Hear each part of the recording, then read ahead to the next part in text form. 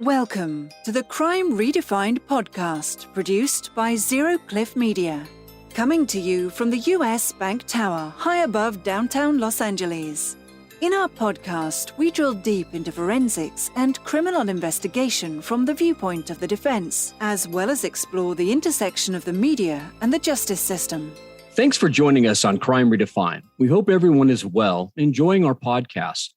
Today's guest is a man of mystery. In fact, Mehul, we don't even know his real name. Yes, we are interviewing a man who goes by the name of Shay Doyle. And the reason he does not use his real name is because he was a high-profile law enforcement agent in the UK who worked deep undercover in and around Manchester for a number of years. So you can only imagine how dangerous that mission was. Shay's got a new book coming out entitled Deep Cover: How I Took Down Britain's Most Dangerous Gangsters. You know, Shay wrote this book along with Scott Housekeeping. He was an investigative journalist, TV and radio producer. Scott has written for all the biggies, publications such as The Times, Daily Mail, The Guardian, and Vice. He writes about intense topics such as prisons, terrorism, murders, and organized crime. Yes, and as such, the pairing of Scott and Shay works wonderfully in this book. This is definitely a book that does not disappoint. It's just such a very detailed description of what it takes to work deep undercover in the highest stakes policing, just in the most dangerous of situations. Absolutely. And I'm not going to give anything away, but even more importantly, it sheds light in Shay's book on the high price that undercover agents pay in terms of their health and well-being. These are some things that we just don't think about. True. Shay went through hell for sure. And hopefully this book, it helps in his healing. Well, Dion, let's now go on an adventure into the UK's most dangerous neighborhoods and the gangsters that operate there. Shay, thank you so much for joining us on Crime Redefined today. Yeah, hi. Great to be here, guys. Thank you very much for having me.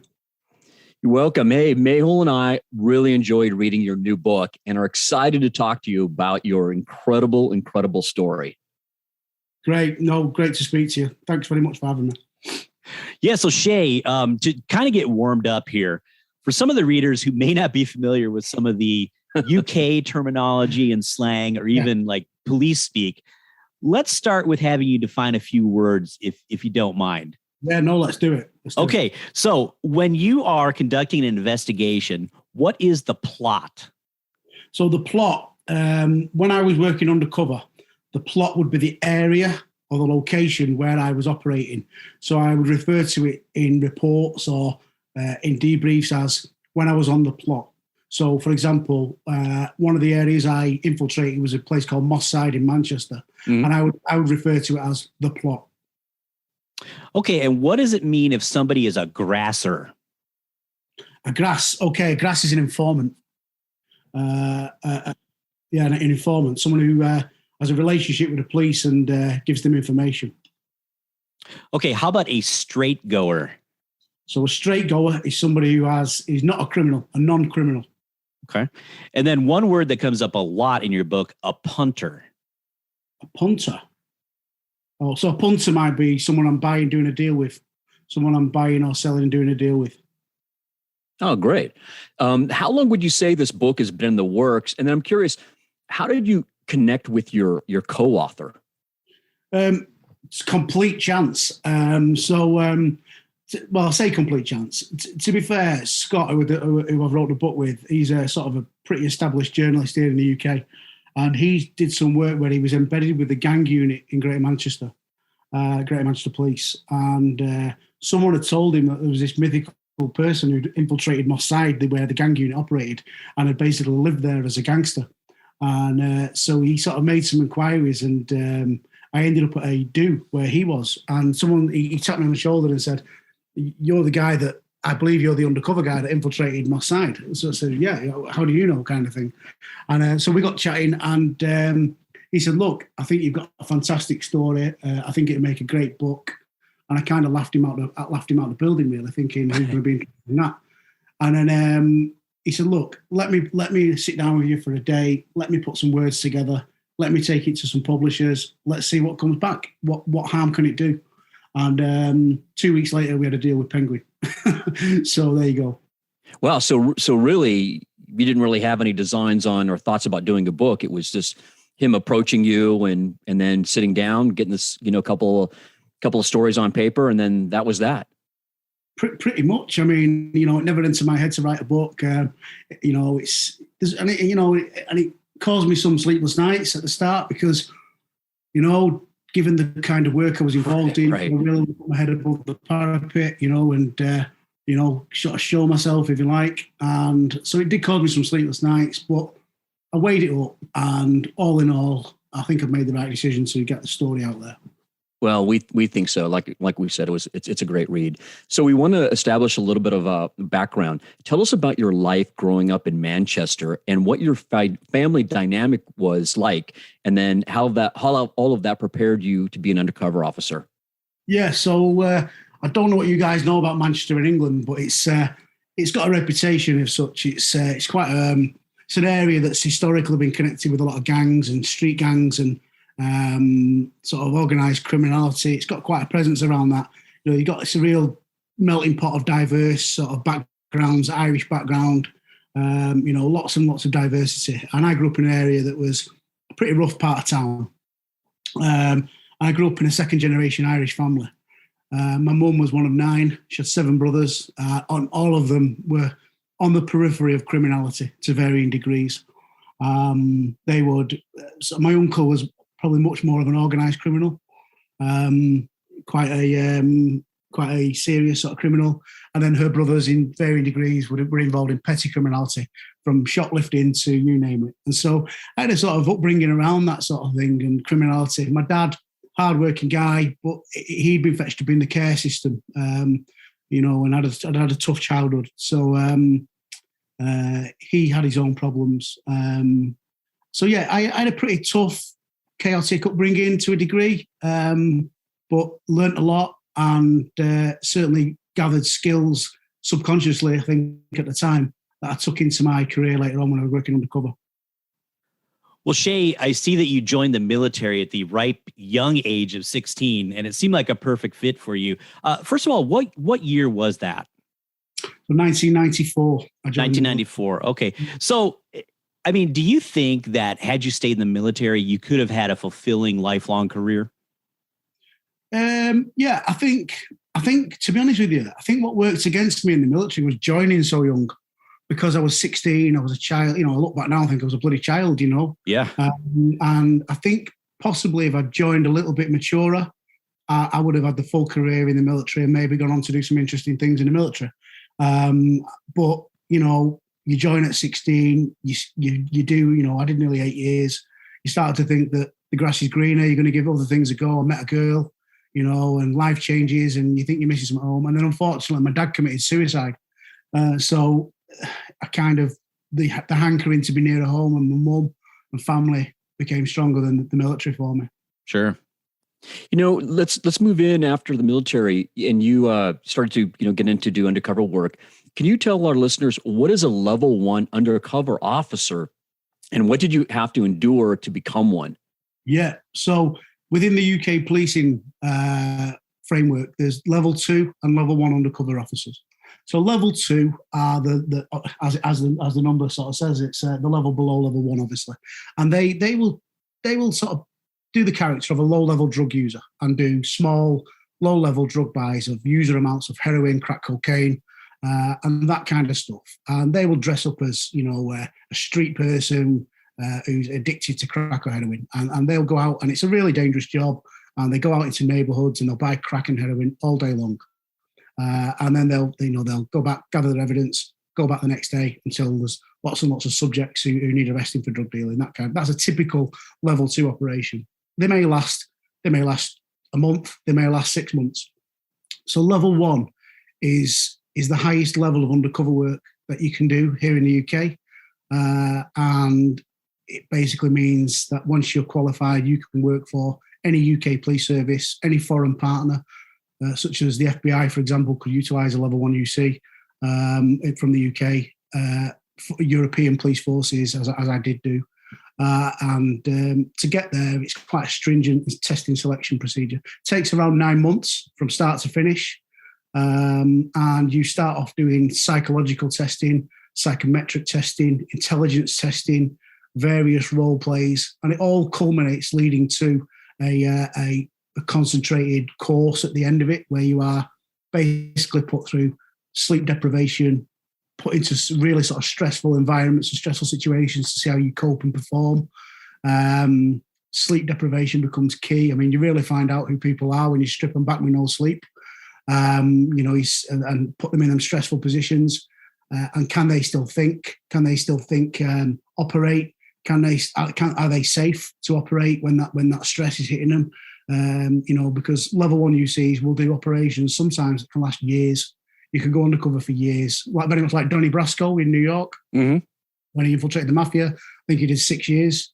Sometimes it could be up to 6-7 years sometimes. And so you have to have somebody that is completely self-sufficient, self-reliant, self-motivated, isn't going to wilt at the first sign of stress, isn't going to sort of lay down and die.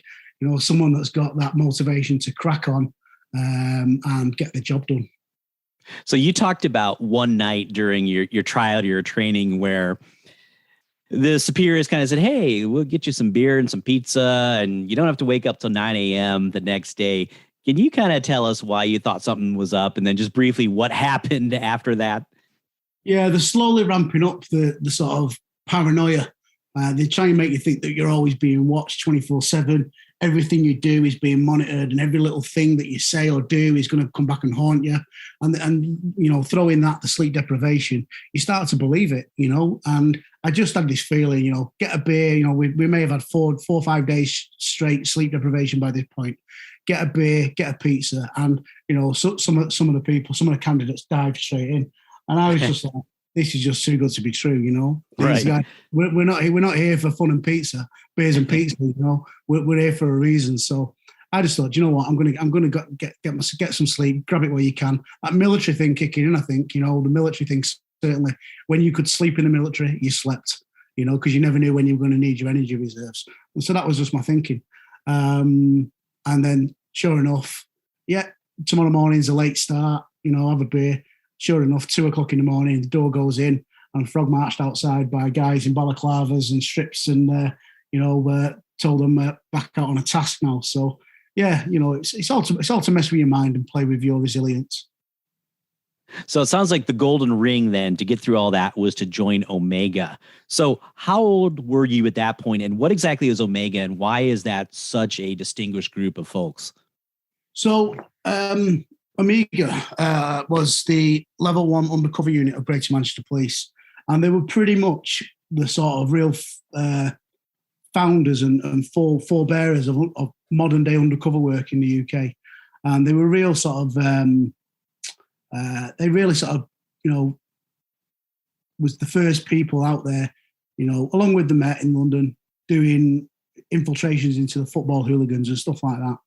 And they had a really forward-thinking guy who ran the unit there at the time, who said, look, this tactic is so successful that we could use this against serious organised criminals and in counter-terror operations. And so he set about redesigning the unit to basically select officers who could come in, get through the selection procedure, and become part of Omega. So it was a really sort of prestigious thing to get to become a member of Omega. And when I did the selection course, there was about 400 people attempted it, and 3 of us passed. And then how old were you when you joined? I was 26. You see, that was one of the reoccurring kind of like themes I was reading this was taking your age at the time to what you were doing. And I kept thinking, wow, this guy's 24. Wow, this guy's 25, 26 years old. And I'm just like, my head was really exploding trying to marry those two thoughts together. Yeah. Yeah. I think if you were any older and maturer, you wouldn't do it because you have to think. You'd know better. Sometimes being young and dumb pays off. Is that what you're saying? Yeah, absolutely. You drew a really interesting comparison to the moving Training Day when you were being inaugurated into the UC work. Can you explain why? Yeah. So I was, as I started going through the process, The main head instructor, who was an ex-parachute regiment soldier, who was a veteran of the Falklands War, and he's identified me and basically thought this lad's got a bit of talent for this work, and he took it upon himself to take me under his wing. And I passed the selection, I passed the course, but that doesn't mean you're the finished article. That doesn't mean you're ready to throw into an operation. There's a lot of work to be done. You've got to knock the edges off. And so this guy, Christy Vincent, as we call him in the book, he grabbed me and he spotted my potential. And he really, really sort of gave me everything he knew. And he was rough with me, he was tough to me. He sort of really tried to break me down. But I knew it was because he wanted me to be the best at it. And he felt I could. And it really sort of resonated with me, that line in Training Day where Denzel Washington says to is it Ethan Hawke, it takes a wolf to catch a wolf. And that's exactly what he did to me. I love that. He made me more of a criminal than the criminals. Well, let's talk about when you first put this all into play in your first plot. So who was Mikey OBrien? What went into creating him, and what was his ultimate mission? So Mikey OBrien was my alter ego. That was the name of the legend I had when I worked in Moss Side. So we'll just talk about Moss Side. So Moss Side is an area of Manchester that has suffered disproportionately with firearms and gang-related violence, numerous murders, numerous unsolved murders, gangs firing automatic weapons in the street. I'm sure you guys see a lot of this over in the USA. It's an area that's historically was known as Gunchester. It was the Wild West, if you like. It was the last sort of Wild West.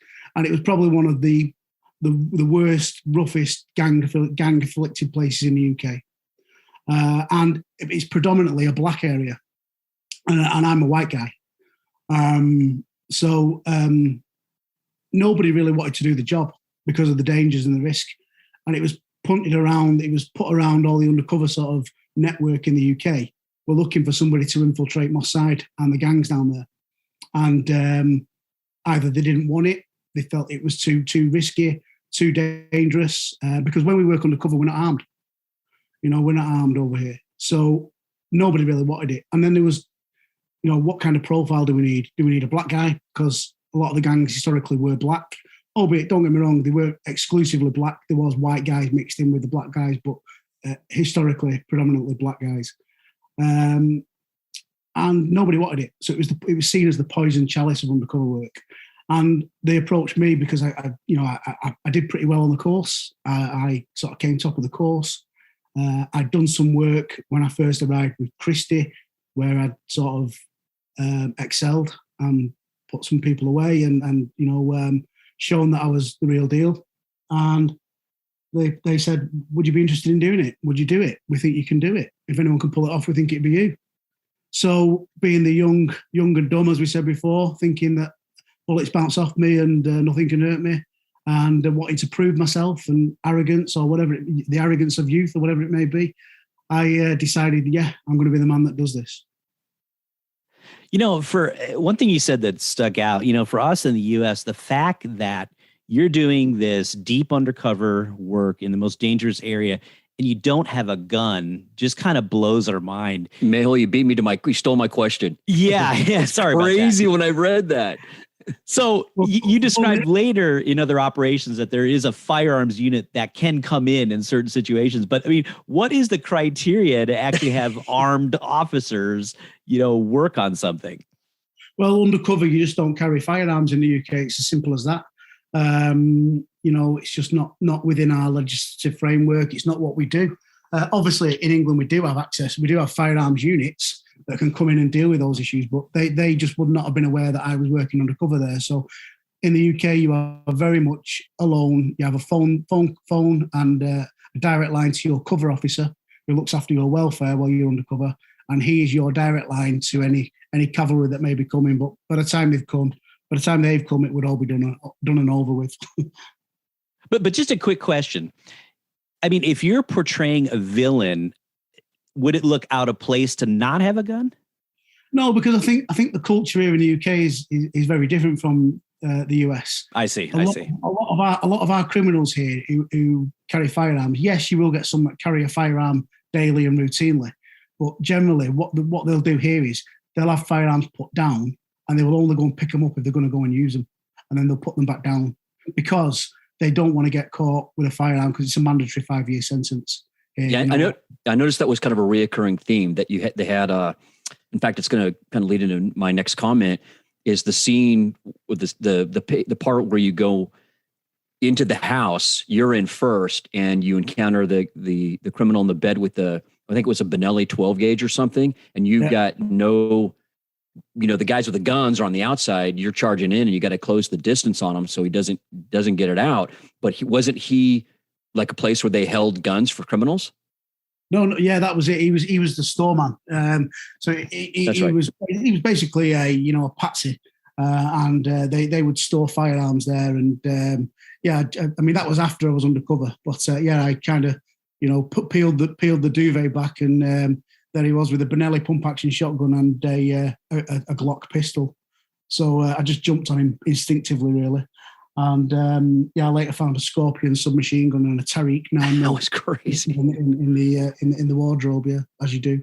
It's kind of a nice little segue to my next question. How did you get around some of the hurdles of undercover work, like not committing any crimes or not using drugs as part of your cover? I noticed you had some of the I guess workarounds were really clever. Yeah, I mean, first of all, I suppose the level of criminal I was playing, Mikey OBrien was, a professional armed robber. I wasn't sort of a down and out criminal. I was a criminal with access to resources, money, nice cars. And somebody like that, you wouldn't necessarily push around to take drugs. They would have the sort of presence to say, I ain't doing that line of cocaine. I ain't doing it. So that was something I always had in my mind. But equally, just to stop getting asked to do it all the time, right?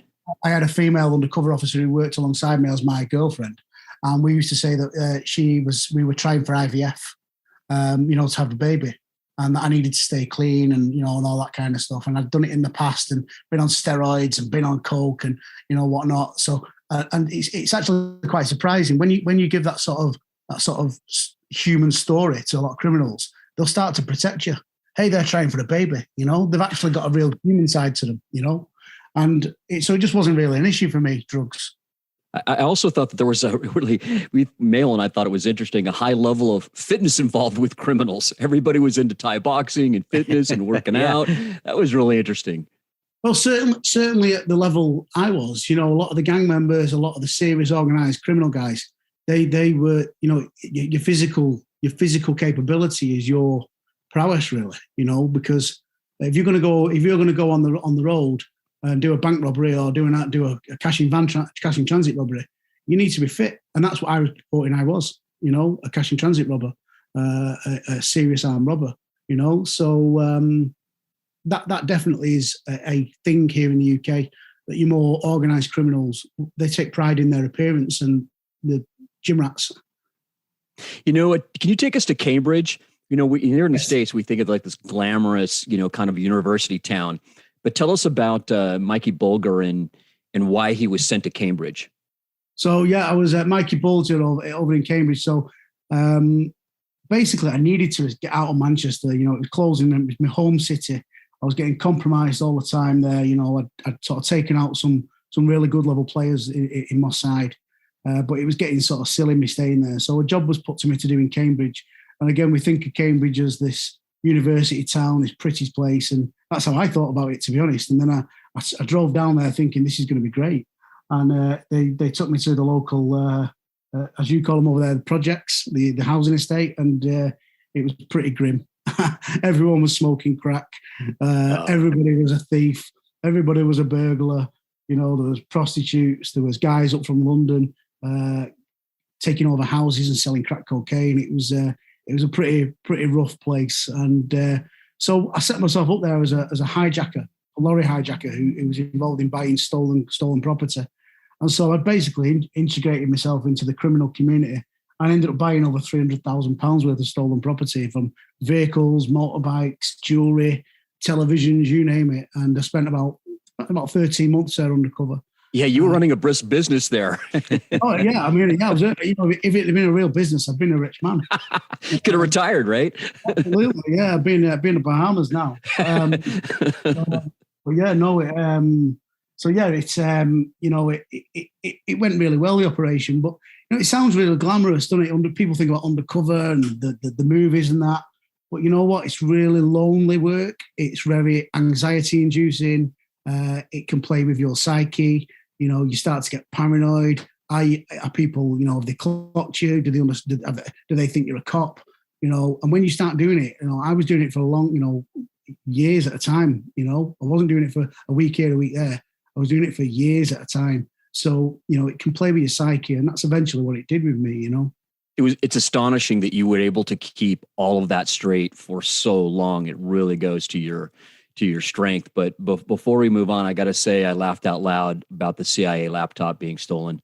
Yes. I mean, you can't make that up.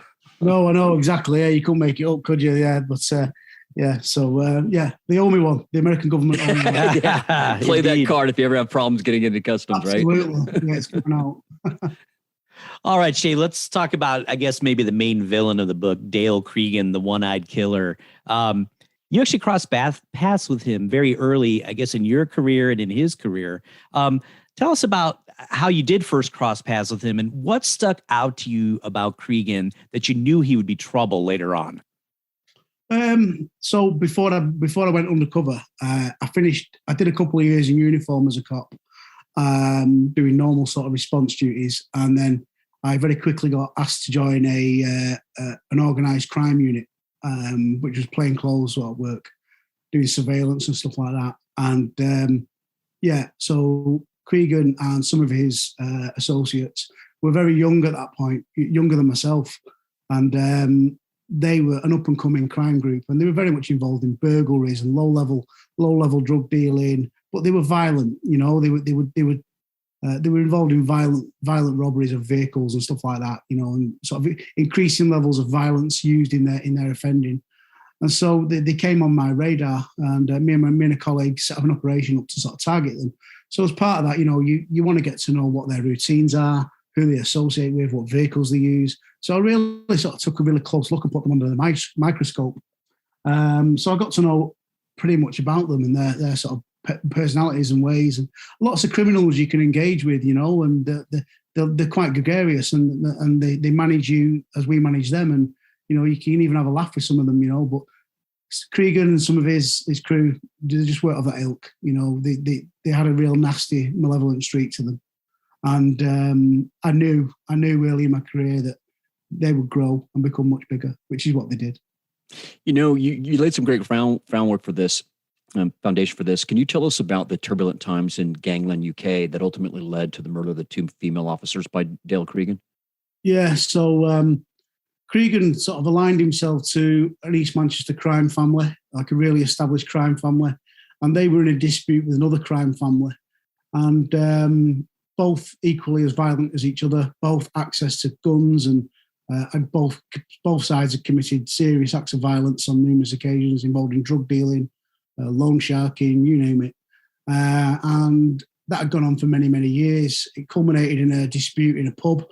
A bit of a fight kicks off over words over nothing, really. And then, someone decides that the other side, the opposite side to Kregan, have got to go.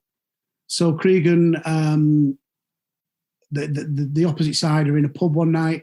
Kregan pulls up in a stolen car with a couple of his guys. He has a balaclava on, walks into the pub and shoots the son of the head of the group dead in the pub, and shoots three others as well.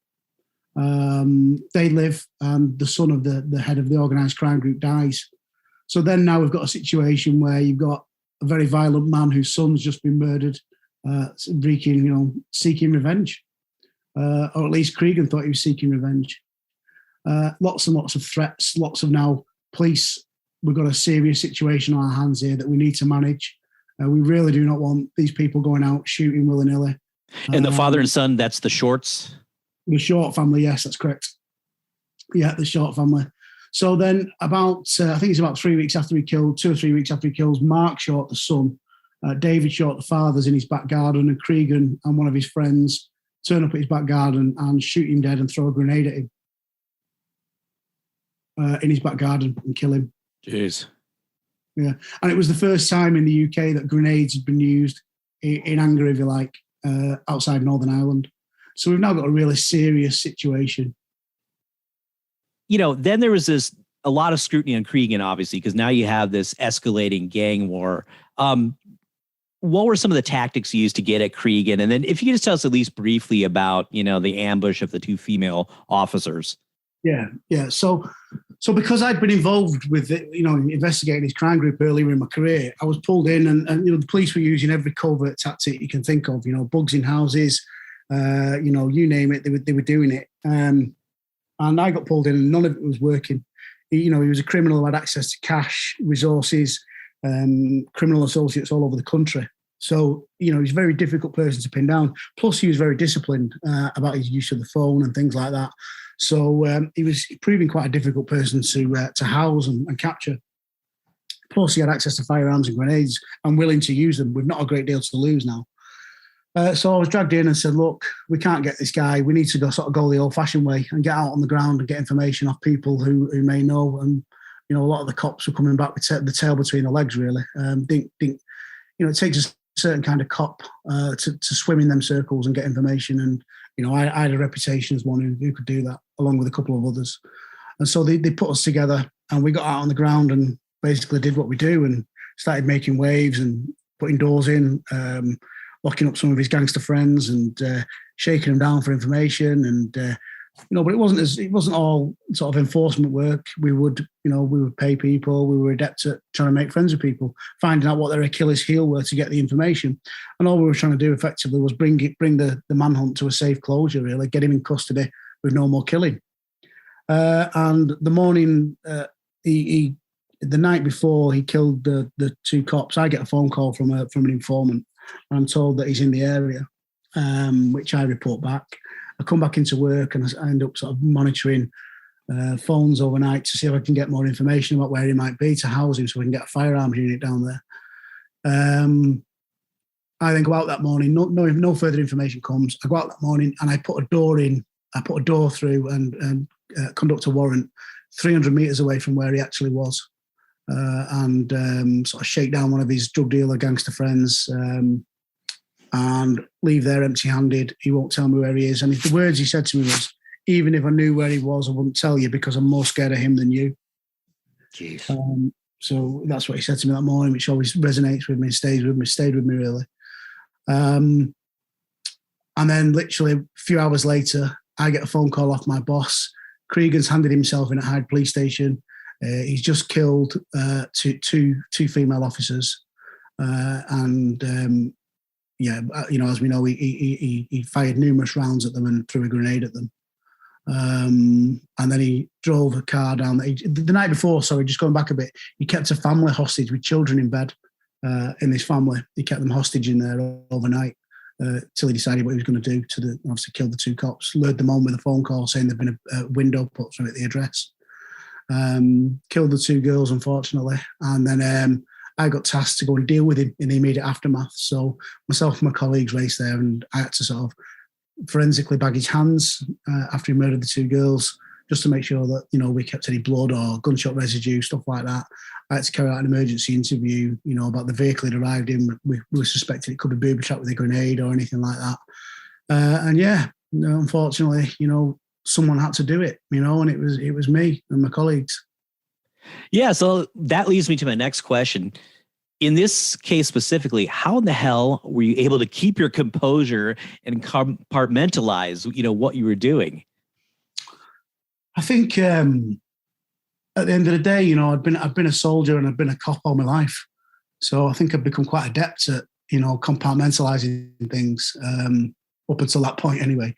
And I don't know, you're just almost an autopilot. You're a professional. I was a professional cop. Mm-hmm. It wasn't the first time I'd seen gunshot wounds. It wasn't the first time I'd seen blood or bodies. It unfortunately, the career choices I've made, these things were pretty standard and normal. Not that killing 2 cops is normal, that isn't. But I just was able to switch off that part of my brain and deal with it as a professional police officer, which is what the situation needed.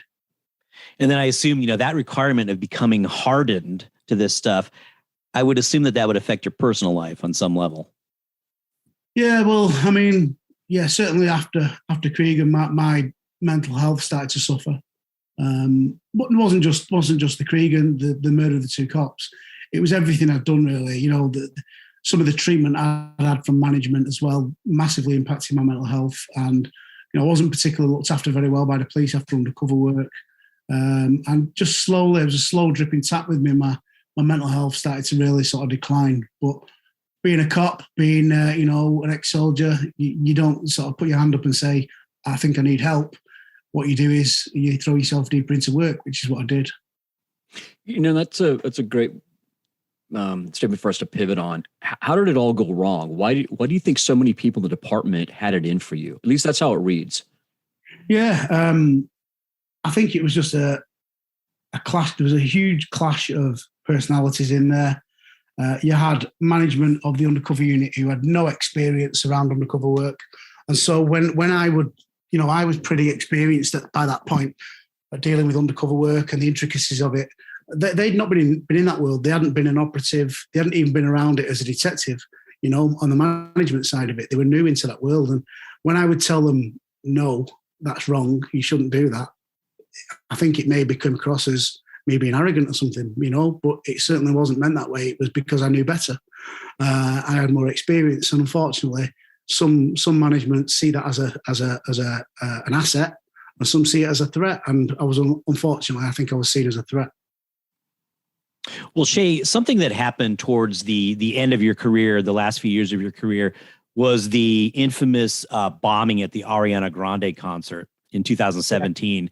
Can you tell us a little bit about that and what role you had in the investigation?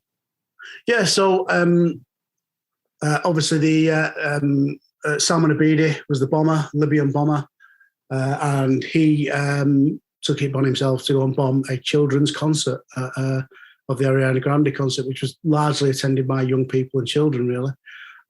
Pretty evil act, pretty heinous evil act.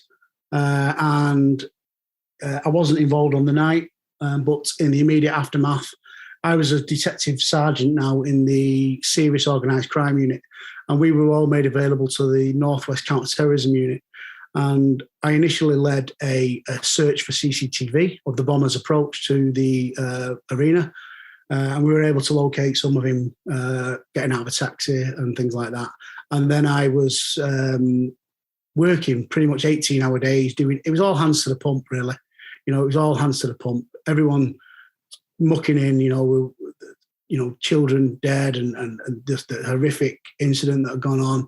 Everybody just wanted to do everything they could and the best they could to find out what had gone on and just absolutely abhorrent.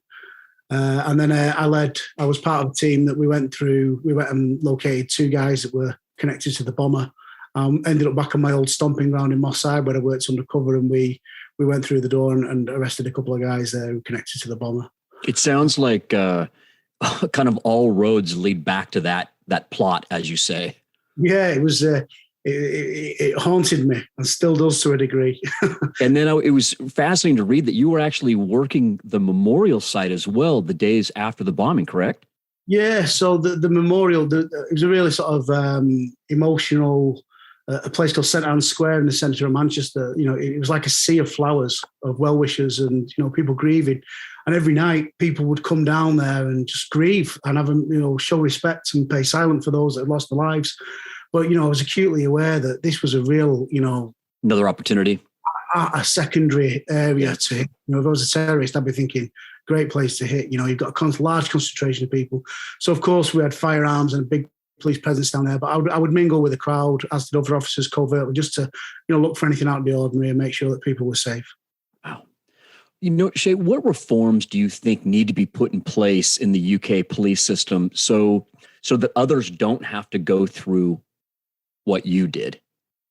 They have to go and see and do things that most people don't see once in a lifetime, sometimes 2-3 times a week, more sometimes, and I think management, we've got to become more knowledgeable about mental health I think there's also got to be a culture that says it's okay to put your hands up and say, I'm struggling at the moment, because there's a real fear in the police. If you do that, your career's over. You're not going to let you handle a firearm in firearms again, or a specialist department. They're not going to let you work undercover. You know, if I'd have put my hand up undercover and said, I'm really struggling, I would have been finished that day. Yep. And I think we need to understand that just because someone's going through a period of stress or struggling with their mental health doesn't necessarily mean their useful life is finished, you know? Right. And I think certainly in America and Canada, the police forces are way ahead of the UK, and we could learn massive amount from them. I would have thought it would have been the other way around for some reason. I thought that the UK would be out in front of the States as far as having police procedures in place. Absolutely not. And I think certainly in the UK at the moment, there's lots of scrutiny, as there is in the USA.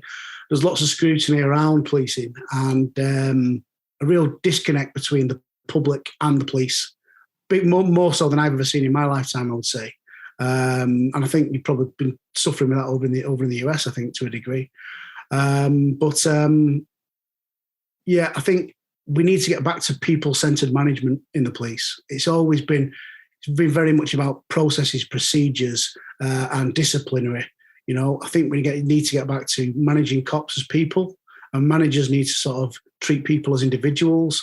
And I think that would achieve, you get more out of that individual in the workplace, but also, you know, they may have change the culture where they feel they can put their hand up and say, you know what, I'm struggling. Yeah, you're just not a tool in the toolbox, that you're actually, there's a real human being behind this. Yeah, absolutely. And, you know, unfortunately, I kind of have a bit of a cynical view now that, you know, I was a number, I was a tool, as you just said. And I just don't think that should be the case. You know, I think cops are human beings like anybody else. And, you know, they see and do things, destruction, death, you know, on an almost daily and weekly basis. And we should look after them. That's my view. Absolutely. Well, Shay, how helpful was writing this book for you to sort of process your trauma, and how are you doing today? Yeah, do you know what? Writing the book really gave me focus. It gave me something to concentrate on. I was lost after the cops because I'd spent my life either as a soldier or a cop, and, you know, 25 years of it. What I didn't know what else to do. You know, I haven't got any other skills. I don't know. I was really, really lost, and that really hurt my head for a while. And then, you know, the idea of the book came along, and I really threw myself into the book. And I realized that, you know, if I can get a platform to talk about mental health, particularly in, you know, emergency services and the police, then maybe I can impact change and affect change. And it was really sort of cathartic writing the book with my co-writer, you know, looking at really where things had gone wrong, identifying where I could have maybe done things differently, but also looking at where the police got things wrong. You know, my book isn't about bashing the police. I enjoyed the police. You know, I loved my job at the time. But yeah, we all get things wrong, and I'd love to think that they can be learning from my book. You know what? It doesn't read that way, at least not for us, that you were bashing them. I think it was just kind of a statement of fact of what you went through. But if some point in the future, if they decide that, hey, they want to write some kind of a manual for dealing with this, the book is there. That's what I would follow. There's your format of what you need to address, and do something where you're 3 months on or 3 months off. I didn't get a sense there was any decompression time for you, you know, to be able to just relax, put your feet up, and then move on to the next. It just seems like you were always burning at a 9.5 out of 10. Yeah, absolutely. But equally, that was also my fault because I wanted to operate at that level. You know, I was always seeking the next big job. And cops will, you know, people, when you're a highly motivated individual, you will seek the next biggest thing, the next most high risk operation you can get involved in. And sometimes you need someone, you know, with more knowledge, seniority to say, let's just sit this one out, you know, and not be a punishment, you know, that be, we're looking after you. Would you have listened if someone came, like, I know there was a number of without doubt, I would have kicked back from it, but, you know, I would have kicked back from it. But with hindsight and with maturity, and having gone through what I've gone through, I think it's almost, if we build that into, this is how we operate, you're not always going to be operating at full tilt. You know, sometimes you've got to take a back seat because it will give you longevity. and it will help your mental health, and your family are important as well as the operations and the jobs, I think that would take the sting out of the tail if you were telling people, you're going to sit this one out, you know? Well, Shay, in terms of some of your ex-colleagues that you're still in touch with, how prevalent are issues with PTSD for some of those folks? Yeah, I mean, I think it's something that a lot of cops, you know, or ex-cops, unfortunately hide, you know, and lie to themselves about, as I did. You know, I lied to myself that I was unwell. I always say I was the last person to know I was unwell. And unfortunately, I think that's probably the case with a lot of people. They struggle behind closed doors, and that's what I want my book to do. Maybe give people the strength to say, you know what, it's okay to go and get a bit of help. Don't get to the point he was, you know, because I lost my job, I lost my house, you know, I had to start again. But yeah, I do have colleagues who suffer from PTSD from work they've done, and they openly talk about it. And not just the work, some of the treatment they've had that's caused PTSD. So yeah, a friend of mine who's an ex-undercover officer from Amiga, he's very open about it. He's wrote a book himself, actually, and he's very open about his struggles with his mental health and PTSD. So there are some of us standing up now to talk about it. So I hope it encourages the conversation within the policing in the UK. Absolutely. And then speaking of that, on your book, how do you hope this book, what do you hope it will do for other people? Do you know what? I really, really hope that people read it, sort of the public who don't really understand policing or just think, you know, the police give out parking tickets and are there to annoy people, kind of read it and go, do you know what? There's actually some people out there putting themselves on the line to keep you safe in the life you have without you even knowing it sometimes. And thank God we've got them. Thank God we've got them. And I hope some people take that from them, because, you know, the police get a bashing sometimes. You know, we pick up on the one thing that they do wrong, but we never see the 99 other things they've done right. You know, and certainly at the operational end, cops I work with day to day, in the main, we're good people wanting to do right by people. And I think that's right the world, you know, the world across. You know, I think that's generally the kind of person that wants to join the cops. Well, Shay, obviously in the coming months, you'll be busy promoting your book, but what else is next for you? Yeah, so the book, I'm working on a fiction book. So I'm currently sort of getting my head in the laptop writing that and sort of seeing where I can take that. You got the writing bug, it sounds like.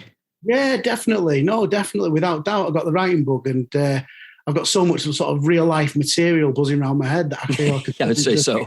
Great fiction, you know, sort of realistic fiction. And there's talk of maybe the book being turned into a drama or something like that. Definitely. That'd be awesome. Yeah, so, you know, I'm hoping if that does happen, I could be involved in the production side of that and advising around it. And pretty much, you know, I'm open to offers. But my big passion is sort of mental health and guiding young kids away from estates like I grew up on, rough areas, trying to get them away from guns and gangs and stuff like that, and knife crime, which we're struggling with here in the UK. And a big passion of mine was boxing growing up. I was very much into boxing, and a friend of mine's a professional boxer, and we'd love to get like a gym going where we could, you know, try and get kids away from environments where we grew up. And excellent. That's great. You know, so that would be my passion, really. And just out of curiosity, do you do any like mentoring of people who are still in the police department or youngsters just starting out? Well, funnily enough, and it's funny you should say this, you know, because I offered to go back to a police force and speak. I offered my time for free to speak, and they didn't want me to come in. You got to be kidding! Wow, boy, no. the abuse continues. That's so. To this day, they're still on it, huh? Yeah, they didn't want me to come in, and you know, I think they think I'm a police basher. I hate the police and the organisation, but they couldn't be more wrong. You know, I've got, you know, so much respect for the boys and girls that go out and put themselves at risk and on the ground every day, that, you know, I'd love to stand there and say to them, look, just look after yourself as well, because, you know, don't end up like me. Don't be Shay. Well, Shay, what a pleasure speaking with you today. We appreciate your time, and we wish you good luck with this book. I mean, we can't recommend it enough. Fantastic interview. Really, really appreciate your time. No, honestly, guys, thank you so much for having me on, and it's been a pleasure. Thank you. A couple of housekeeping points, Dion, before we get into our discussion. First, during the interview, we asked Shay about his thoughts on needed police reforms in the UK. And unfortunately, there was a bit of a technical glitch at the beginning of his answer. But not all was lost, as we still got to hear a lot of his thoughts. So I just cut out the first part of the answer, and we've got everything else. I guess that's to be expected. It was an international interview, and these things happen. This is just a hazard of this business. The other thing, Dion, was, you had dropped the CIA laptop story from the book. But the thing is, I don't think that our listeners had a frame of reference what you guys were talking about. Could you just break that down?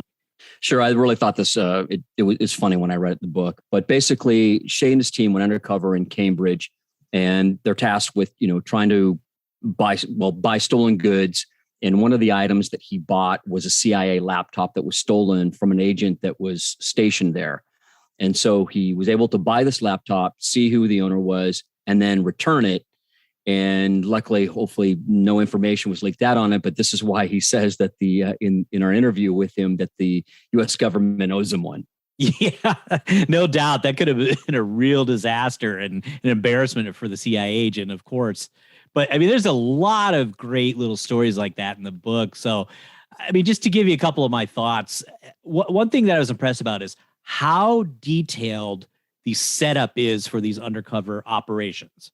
In other words, what Shay would describe as a legend. So in other words, what is his backstory? Well, you've got to give him a criminal record that people, if were to look it up, they could see it. You've got to give him a new ID. You got to get his fingerprints out of the system or swap them with someone else.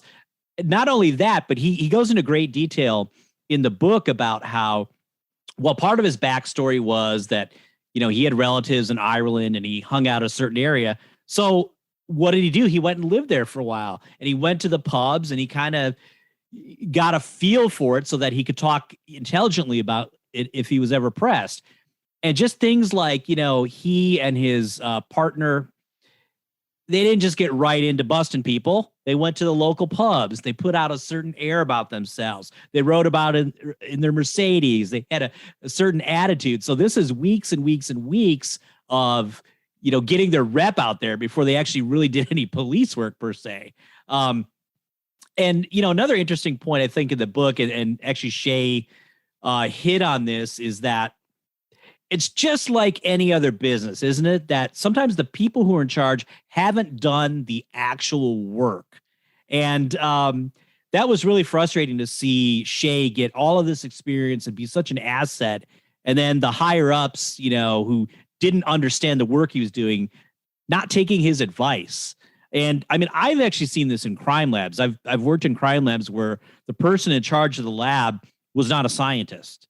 So, I mean, how does that work? Just one more thought, Deanne, and then I'll throw it to you. It was interesting in his book, how addictive this undercover work can be. Yes, it's dangerous. Yes, it's lonely. But what a thrill. What a rush, particularly for a guy like Shay that excels in that. Why wouldn't you want to go on to the next case, onto the higher stakes, much like an addict would? And he describes in the book that undercover agents did have to check in with psychiatrists quarterly or something like that, but it was basically a sham. And as Shay said in the interview, there was none of this, someone sitting down with him and no, this is the part that cost him, I think, mentally and physically. This is the part that really took a toll on him. Yeah, that's right. No, he didn't have a mentor who sat him down and said, listen, man, you're great at this, but you got to have longevity. You don't want to burn out, on and on and on. Well, Dion, give me some of your thoughts. I'll try to take I'll work in reverse, the last one first. So one of the things that was really frustrating and extremely disappointing was that he had no support. He was kind of on an island doing all this work, and you'd think that he would be supported at every turn for all of the different, busts that he made, high profile busts that he made over the course of the years. And it just seemed like there was so much jealousy, and he obviously had some support and some key people that were helping him along the way. But it was just amazing how much kind of like, backstabbing and stuff, and how they would really go out of their way to try to take him down. And it just seemed like it was pure spite and jealousy, because how can you, have someone so successful and then do nothing to support them and then try to just crush them at the same time? What do you think about that? Yeah, I mean, very true. And it's just, people sometimes resent you if you are good at your job or knowledgeable, and they just don't want to have the pride to listen to what you have to say. And but it's just, this happens in any business, really but it's particularly unfortunate when it happens in this kind of business where really lives are at stake if you're not doing the right strategy and operations or don't have the right resources. I mean, he describes a example where he had really gotten in good with this villain and he wanted to make a nice, drug buy to kind of show him that he was a man, and they wouldn't front him the cash to do it, which is really amazing. Could have put him in danger. Yeah, that he had as much success that he did with little or no support at the time. Yeah. And then as far as his legend goes, it was amazing. Like sometimes while I was reading the book, I mean, I thought Shay was, his character was a real person, the way that he talked to him. And then later on, when he was talking I know we'll touch on this in a bit, some of the mental illness, he was kind of like having, like, what would Shay do? And he wanted to go back to that person because he knew he'd be strong. That was kind of, a little bit sad. I felt sorry for him at the same time, that's just kind of where he was. And that goes back to that he had little or no support, with these kind of checkups that they did for your mental status along the way. I thought that was really, really hard to listen to and really telling. So let me ask you this: how excited would you be to see this as a feature film or a series made from Shay's book? Oh gosh, I'd be all over it. I mean, I think I said this earlier. To me, it was like watching an action adventure film, and it's. I mean, listen, sometimes reading can be boring. Let's face it. This was not. So I would love to see this on the big screen. I mean, page turner is overused, but for me, this was a page turner. I mean, I was really hooked on every event that was taking place. And what's really interesting is the way that he just matter-of-factly would state some of this stuff, and had to keep asking myself, there's no way. I thought I was reading fiction by some of the stories that he tells. Yeah. The book has really, really good pacing.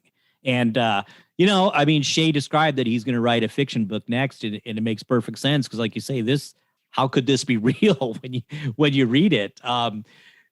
Other things that are shocking in the book is this whole business about how, the cops in the UK don't necessarily carry guns unless there's some big special event. I mean, he was talking about one undercover operation where he picked up this villain and they were riding in a van, I think.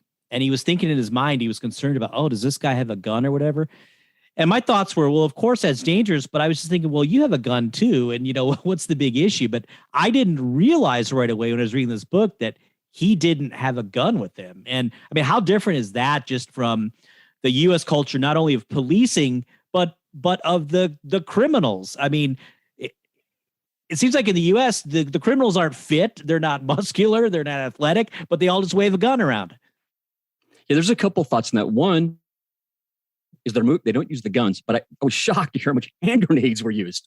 I mean, that was crazy. That's taking it to the next level. It was like, okay, guns are illegal, but we're just going to either chop you up or we're going to throw a hand grenade at you. And I was surprised of how frequent like hand grenades were out throughout his book with some of the gangsters that were in. Yeah, that's pretty heavy. And then there was one particular scene that I got a couple of points to make on that in this book where he's going in to bust this guy, and Shay and his partner are the first one through the door. And the guys with the guns were not undercover and clearly defined, like you see those at a crime scene, like a big FBI or police on the back. So they were outside and they had the guns, but they weren't going through. And Shay and his partner were going through, and they ended up meeting someone who's laying in bed with I think it was a Glock and a 12 gauge pump, and either one of them had guns. And I find that this was absolutely insane and takes a huge pair of, to go through that door, knowing that the other people could be armed. I think, would they find a huge pair of fists? Yeah. Yeah. Huge pair of fists. And they think they a ton of ammunition and a 50 caliber. And yeah, they're just going through with their fists. And I find this absolutely crazy, but also, and we talked about this after the interview, that there was almost like an unspoken rule that the proper villains don't carry guns because they're afraid of what they can be put away for by carrying a gun. And so that's where they were going to bust, was this new kind of industry that had popped up where you had paid people that stored guns in their home for gangsters. Yeah, it's funny how that seemed to actually be a deterrent, that penalty for the gangsters to be caught with a gun. And seemed like there's some weird sort of etiquette in the UK about like, yeah, we're going to use them when push comes to shove, but we're not just waving around like crazy willy nilly because it's just not worth it. So, wow, I mean, what a different world. So I think that another reason that would be great to have this on the big screen to just kind of explore the cultural differences in policing and in crime, I guess. Absolutely. I mean, yeah, I won't carry a gun, but we'll throw a hand grenade at you. Yeah. Well, Shay's book, again, is called Deep Cover, How I Took Down Britain's Most Dangerous Gangsters, and it will be available on March 3rd, 2022. It's published by eBerry Press, which is a part of Penguin Random House. And just like anything else, your best bet at ordering the book would be to find it on Amazon. Yeah, Shay's an incredible man with an incredible story, and this is a riveting book and a must-read. Thanks again to all of our Crime Redefined listeners. Looking forward to bringing you more great episodes like this one. And please be sure to follow us on Twitter, Instagram, and Facebook if you're so inclined. Please spread the word about us. And until next time. Like us on Facebook and follow us on Twitter at Crime Redefined. Please send us your comments and questions and join us for the next episode.